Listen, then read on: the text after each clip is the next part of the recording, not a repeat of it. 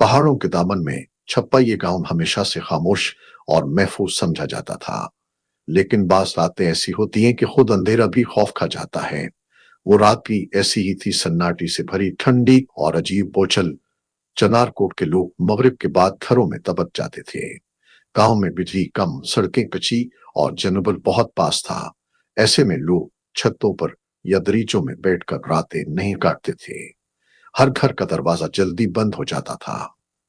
टेमन एक तनहा लड़की थी, 20-22 बरस की, मगर समाज की थकन ने इसे इस उम्र से ज्यादा बड़ा कर दिया था। उसकी मां बरसों पहले इंतकाल कर गई थी और बाप अल्ताफ बिस्तर का होकर रह गया था। दिन में कुछ हो या ना हो, रात के वक्त एमन को हमेशा अजीब सा खौफ महसूस होता था, जैसे कोई इसे दूर से देख रहा हो, जैसे कोई सायराओं के किनारे बेंच पर बैठा उसे जांच रहा हो। इस रात वो चूल्हे पर अपने बाप के लिए दलिया गर्म कर रही थी कि दरवाजे पर दस्तक हुई। पहले हल्की, फिर अचानक बहुत जोर से। एमन के हाथ कपा गए। इस वक्त वो खुद से बड़बड़ाई, कौन हो सकता है? बाप ने कमर मोड़ कर कहा, बेटा दरवाजा मत खोलना, रात के वक्त कोई अपना नहीं आता। मगर दस्तक फिर हुई, बड़ी बेकरारी से, जैसे कोई गिरने के करीब हो। फिर एक हल्की सी आवाज आई, पानी, कुछ पानी दे दो बहन। एमन की नजर दरवाजे की दरारों से फिसलती हुई बाहर तक गई। उसने दौड़ा आगे जाकर टंडी खोली। बाहर एक नौजवान जख्मी हालत में गिरा पड़ा था। चेहरा खून से खराब, कपड़े धूल में हटे हुए, सांस तेज और बेहनगम। एमन के दिल में अहम भड़क गया। बाबा, कोई जख्मी है? वो लड़के को सहारा देकर अंदर लाई। लड़का नींद जान था, चेहरा तपिश से जल रहा था। एमन ने जल्दी से पानी पिलाया और उसके चेहरे पर कपड़ा रखा। कुछ देर बाद उसने आंखें खोले। कहाँ हूं मैं? महफूज जगह पर, एमन ने जवाब दिया। लड़का सिर्फ सांस लेते हुए बोला, मेरा नाम रियाज है और मैं मुश्किल में हूं, बहुत मुश्किल में। कैसी मुश्किल? एमन ने पूछा। रियाज ने चारों तरफ देखा, जैसे दीवारों से भी डर रहा हो। कुछ भी पूछो मत, जितना कम जानती हो इतना अच्छा है। ये जुमला एमन को हिला गया। तो फिर तुम्हें लगी चोटें? कोई हादसा नहीं, ये इंसानों का काम है, जानवरों का नहीं। ये कहते हुए वो बेहोश हो गया। अभी थोड़ी ही देर गुजरी थी कि बाहर से घोड़ों के समूह की आवाज आने लगी, जैसे कई लोग गांव के अंदर दाखिल हुए हों। फिर किसी ने जोर से चिल्लाकर कहा, पूरा गांव छान मारो, वो जख्मी बच नहीं सकता। एमन का दिल उछलकर गले में आ गया। ये लोग उसे ढूंढ रहे हैं।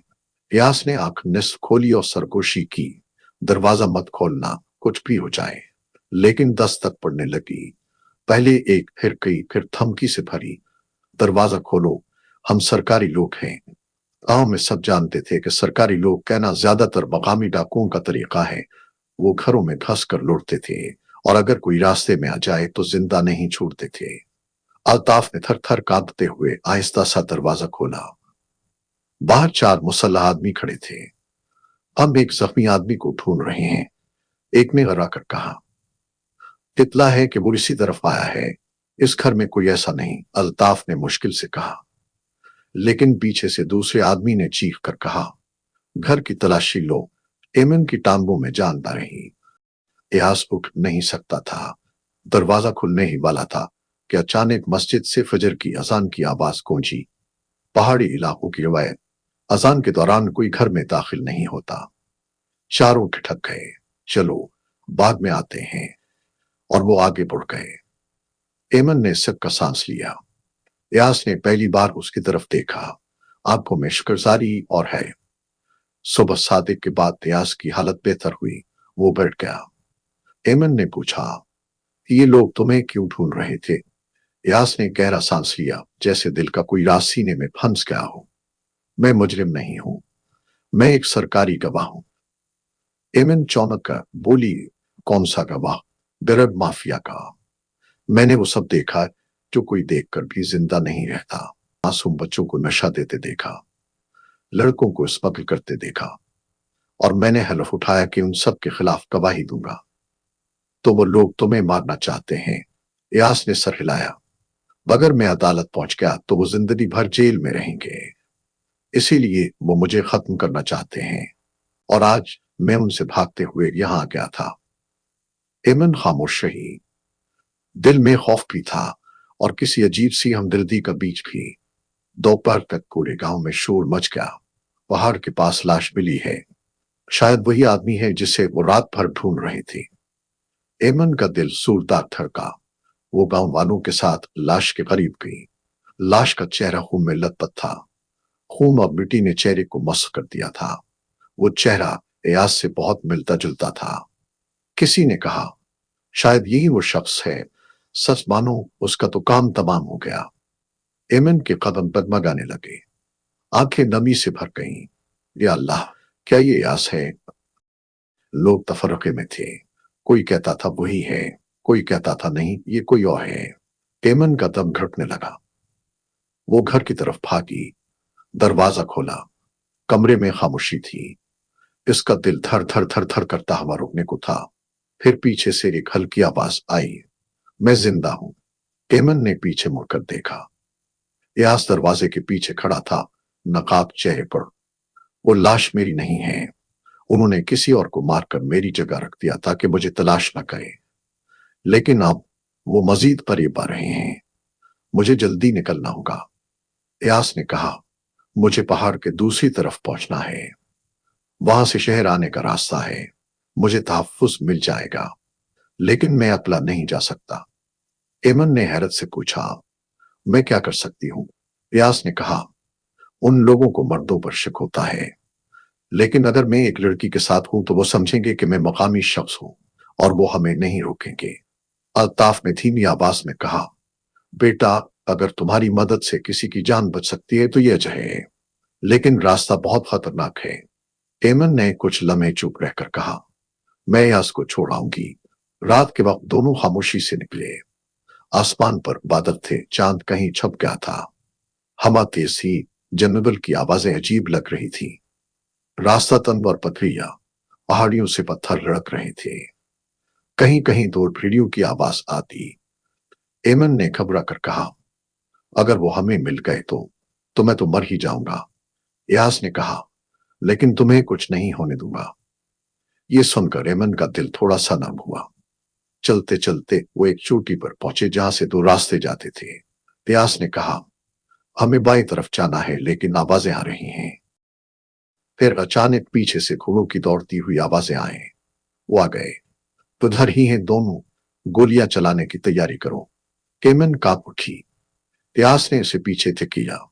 तुम भागो, मैं रोकता हूं। चार आदमी नमूदार हुए, सबके हाथों में बंदूकें। आखिर पकड़ ही लिया तुझे। और ये लड़की कौन है? यास ने चीख कर कहा, विसे कुछ न कहना, ये बेकसूर है। एक बंदूक तनी, दूसरी भी, तीसरी भी। एमन की सांस रुक गई। वो चीखने ही वाली थी कि गोली चल गई। यास लड़खड़ाया, जमीन पर गिरा। उसके सीने में गोली उतर गई थी। एमन चीख मारकर उसके पास दौड़ी। यास, यास, आंखें खोलो। यास ने धीरे से उसकी तरफ देखा। मैं ठीक हूं, मत रो। उसकी आवाज टूट गई। इसी लम्हे दूर से पुलिस की गाड़ियों की आवाज आई। सायरन गूंजे, चमकती लाइट्स नमूदार हुई। यास की सांसें कसल रही थी। मैंने लोकेशन भेज दी थी, इसीलिए वो आ गए। पुलिस ने तमाम मुजरिमों को गिरफ्तार कर लिया। यास बेहोशी में अस्पताल पहुंचाया गया। वो कई हफ्तों तक अस्पताल में रहा। डॉक्टरों ने कहा कि वो मौसाना तौर पर बच गया। गवाही मुकम्मल हुई। मुजरिमों को उम्र कैद मिली। यास को सरकारी तहफ्फुज मिल गया। कुछ महीनों बाद एक सुबह एमन के दरवाजे पर दस्तक हुई। वो बाहर आई तो यास खड़ा था, साफ कपड़े, चेहरा रोशन, मगर आंखों में वही नम लहजा। मैं एक वादा पूरा करने आया हूं। एमन हैरान रह गई। कैसा वादा? यास मुस्कुराकर बोला, जब मैं मरने के करीब था, मैंने अल्लाह से कहा था कि अगर मैं बच गया तो उस लड़की से हमेशा के लिए एक रिश्ता मांगूंगा जिसने मुझे जिंदगी बख्शी है। एमन की आंखों में आंसू भर आए। बाप दरवाजे के पास मुस्कुरा रहा था। यास ने धीरे से कहा, अगर तुम चाहो तो मैं तुम्हारी जिंदगी का साथी बन सकता हूं। एमन ने आंखें झुका ली, लेचे में लुढ़कती हुई मुस्कुराहट आई। मैं राजी हूं। चनारकोट में कहा जाता था, इंसान की मदद कभी जाए नहीं जाती। اللہ بدلے میں وہ دیتا ہے جو انسان سوچ بھی نہیں سکتا۔ یاس اور ایمن کی شادی پوری وادی میں مشہور ہوئی۔ لوگ انہیں خوشی کی مثال سمجھتے تھے۔ ان کی کہانی اس گاؤں کے بچوں کو آج بھی سنائی جاتی ہے۔ رات کا مسافر، جسے ایک لڑکی کی ہمت میں نئی زندگی دی۔